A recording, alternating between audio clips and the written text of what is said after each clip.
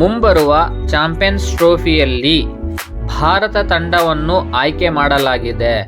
ರೋಹಿತ್ ಶರ್ಮಾವನ್ನು ನಾಯಕತ್ವವನ್ನು ವಹಿಸಿಕೊಂಡರೆ ಕ್ಯಾಪ್ಟನ್ ಆಗಿ, ಶುಭ್ಮನ್ ಗಿಲ್ ಅವರು ವೈಸ್ ಕ್ಯಾಪ್ಟನ್ ಆಗಿದ್ದಾರೆ. ಅದರ ಜೊತೆಗೆ ನಮ್ಮ ಕಿಂಗ್ ಕೊಹ್ಲಿ ಅವರು ಇದ್ದಾರೆ. ರೋಹಿತ್ ಶರ್ಮಾ ಹಿಟ್ ಮ್ಯಾನ್, ಅವರ ಬ್ಯಾಟಿಂಗ್ ನೋಡಲು ನಮ್ಮ ಭಾರತ ದೇಶದ ಅಭಿಮಾನಿಗಳು ಕಾಯ್ತಾ ಇದ್ದಾರೆ.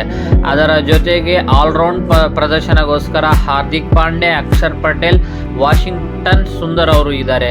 ಅದೇ ರೀತಿಯಾಗಿ ಮೊಹಮ್ಮದ್ ಶಮಿ ಅವರು ಈಗ ಸುಮಾರು ದಿನಗಳ ನಂತರ ಕಮ್ಬ್ಯಾಕ್ ಮಾಡಿದ್ದಾರೆ. ಅದರ ಜೊತೆಗೆ ಹರ್ಷದೀಪ್ ಸಿಂಗ್, ಯಶಸ್ವಿ ಜೈಸ್ವಾಲ್, ರಿಷಬ್ ಪಂಟ್, ರವೀಂದ್ರ ಜಡೇಜಾ ಅವರು ಕೂಡ ಇದ್ದಾರೆ. ನಮ್ಮ ಕರ್ನಾಟಕದ ಆಟಗಾರರಂತಹ KL ರಾಹುಲ್ ಅವರು ಸಹ ಇದ್ದಾರೆ.